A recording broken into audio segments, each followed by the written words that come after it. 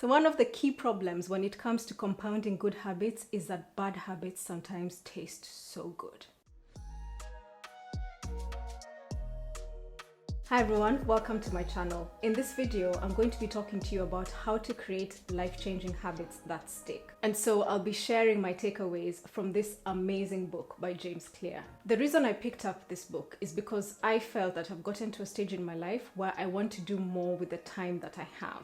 And it's not just about putting in place good habits, it's about putting in place good habits consistently so that they stick. The core message of this book is that transformation comes from the compounding effect of many small habits done consistently over a long period of time. And that's what he calls atomic habits. I am the type of person who plays the long game, so that approach was very appealing to me. What makes this book great is that whatever stage you're at, so whether you're a person who already has good habits and you're trying to get better, or whether you're someone who's starting completely from scratch, this book has a lot to offer you. So one of the key problems when it comes to compounding good habits is that bad habits sometimes taste so good. We all know what's good for us, but bad habits sometimes are so hard to let go of. The other thing with good habits is we never quite stick to them long enough to draw the benefits from them. Or let's be real, sometimes you just get bored with being consistent, or life gets in the way and you just don't get to that tipping point where you really start to draw the benefits of your good habits. The issue with all of this is you end up being a lesser person than you know you can. You know deep down that you're capable of achieving your goals, but you're just getting in your own way. And so what happens is you don't achieve that well-designed life because you've just allowed bad habits to get in the way. Which is why I think this book is so brilliant, and some of the simple advice in here is life-changing. What are some of the good habits that you'd like to do consistently, or some of the bad habits that you want to let go of? Just pop them in the comment box below and we can have a conversation about it. Before I dive into my takeaways, I need to address the lens through which I'm reading this book. It's no secret that a huge chunk of productivity books have been written by dude bros, white men of a certain age, all aiming to get to 4-hour work weeks. All the while, many of us know the real queens of productivity, those aunties of ours who are holding down 2 jobs, a business, 3 kids, trying to sort out family beef, making sure that everyone is vaccinated and still looking good while they're at it. Women carry a lot of emotional labor, which just takes up space. And so my aim is to really explore whether this book has something for the busiest women I know. My first takeaway from this is that no good habit is too small to put in place. It's all about setting goals of manageable difficulty. I'll tell you a little story. I used to go for hip hop karaoke on a Thursday night quite regularly. One of the lady bouncers at the door always intrigued me. She just, there's some people who you meet and they just look like they have an interesting life. And I'd always be friendly and I'd say hi, but we never really got talking. On one of the occasions when I left the club, we ended up in the same bus and I sat next to her and we're like, oh yeah. And so we got talking. And knowing me, I used to be a family law barrister. I'm nosy. I always want to know about people and what they're up to and what they're doing. I asked her where she was headed. I assumed that she was headed home. And she was like, no, I'm actually headed to the next club where I'm working. So I was like, wait, so you've done a full shift, like from 9 to 1 or 2 a.m. She's like, yeah. And then I'm heading to the next one and I'm going to do the shift from like 3 to 5. And then I'm going to go home and get my kids ready for school. I have 6 kids. And I was like, yo, okay. You need to stop and break down your daily routine for me because I am now very interested. So this lady had a routine where she obviously worked at night in 2 clubs, 9 to 3 a.m., 3 to 5 a.m. And then she'd rush home just as her kids are getting ready to go to school and get 6 kids up and ready to go to school. She'd take them to school, get home, and then that's the point at which she'd sleep. So maybe around 9 o'clock, and she'd be up again at 2 in the afternoon to do it all over again. She was a single mom. She looked happy, she looked well, but I was just like, sis, how are you doing this? And the reason I'm telling this story is because I think back to someone like that and I ask myself, will she get something out of this book? And the answer is yes. I'm just using a hypothetical example. If you do 3 press-ups a day, it doesn't sound like much. But actually, if you do 3 press-ups a day, every day for a year, you're at 1,000 press-ups. Doesn't matter who you are, that is going to have an impact on your body. And I think that's really the underlying message of this book. It's about finding those small habits, but just keeping consistent. Because if you maintain that consistency, you get to a tipping point where you start to reap the benefits of the book. And that's why I think some of the insights and takeaways from this book are applicable to the busiest person. A takeaway that I got from this book is that setting big goals requires you to maintain good habits. Good intentions do not get you to your goal. It's the habits underlying those intentions that get you there. There are no shortcuts and there isn't a silver bullet. The thing is, if you take care of the systems and sort those out, the goals will take care of themselves. Quick example, I had a clear goal to launch my YouTube channel this year. The problem with that is that with everything I had going on, I just had to magic the time to do it. At the same time, you look at the YouTubers you love, and when you look at how many YouTube videos they've done to get to where they are, it can feel really daunting.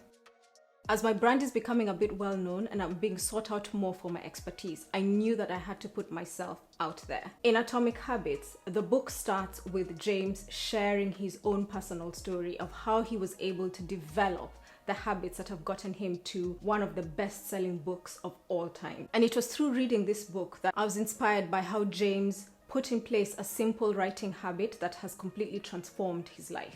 The one thing James does really well in this book is to tell fantastic stories that wrap around the points that he's trying to get across. I'm not going to give any spoilers, but it's definitely one of the fewer books where you have quite a number of eureka moments as you're working your way through it. If you're finding all of this useful and helpful, there's more where that came from. Please subscribe to the channel, like this video, and click on the bell so that you can get a notification every time we have new videos coming out. One of the things you have to try and do is to make the good habits attractive and the bad habits unattractive. And this was a key takeaway for me from the book. In one of my recent videos, I talked about 7 simple habits that you can use to improve your productivity when your motivation is low. And in that video, I talk a little bit more about how I identified my phone habit as one of the bad habits that I wanted to change. In reality, it's not a bad habit. If you choose to wake up and scroll on your phone every morning, that's entirely up to you. That's perfectly fine. For me, the key was that I wanted to create space in my life to do more. And one of the obvious habits that I could address is not scrolling on the phone in the morning, because that would take up so much of my time unnecessarily, and I definitely could be more productive with it. Seeing as I categorized being on my phone in the morning as a bad habit that I wanted to change, I decided to make it unattractive.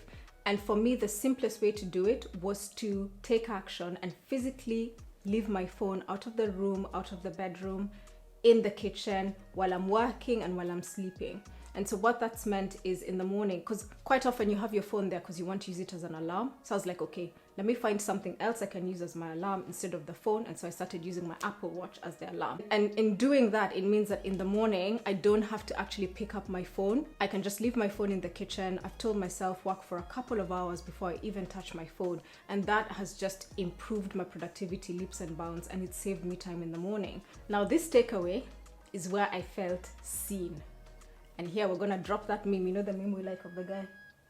You know that one? There's no avoiding this. This is key, people. You have got to track your damn habits. There's just no two ways about it. And when it comes to tracking, you have to use a method that is simple and visible, where there's just no avoiding seeing it. So whether you stick something on your fridge, I prefer to stick a piece of paper in my weekly journal, which is something that I turn to pretty much every day, and I record my habits there. It doesn't matter which method you use. The main thing about tracking your habits is that there's no avoiding it. You can hold yourself accountable, you can see your progress, and there's nothing more satisfying when you have that row of ticks because you've been maintaining a good habit that you'd said you wanted to put in place. I'm gonna put that into context using an example. I can write, but I'm not a writer. I'm decent at it, but I find it very hard. It's a type of thing that I'll easily procrastinate. It doesn't come naturally to me. I need to be in the right vibe to write, but of course we're in the middle of a pandemic, so there's just never the right vibe, is there? That said, in 2021, I knew I needed to start a writing habit for a variety of reasons. I set myself a target of manageable difficulty, but also made sure that I was tracking it. And I said to myself, I am going to write for 10 minutes every day. It's something that is so achievable. There's no excuse for me not to be able to write 10 minutes a day, especially if I'm leaving my phone in the kitchen. I've created time for myself to do that. I missed some days, but I more or less stuck to it. The key was in tracking the habit. So anytime I missed writing, there was that empty box glaring at me. And what surprised me is that on days when I missed it, I found myself making up for the time that I had missed just so that I could tick the box. Once I started, on many occasions, I actually wrote longer than the 10 minutes that I had set myself. The issue was about getting started and holding myself accountable.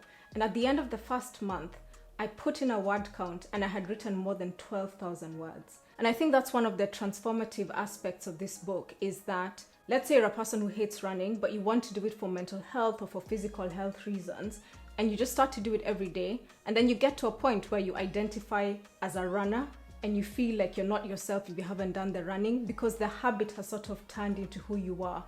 And that's the sweet spot. And I think that that's something that James captures very neatly in his book. And that brings me to my fifth takeaway. If you miss a day, don't beat yourself up, but make it up as soon as possible. The key is not to allow too many missed days and to give yourself the chance to catch up again without psyching yourself out.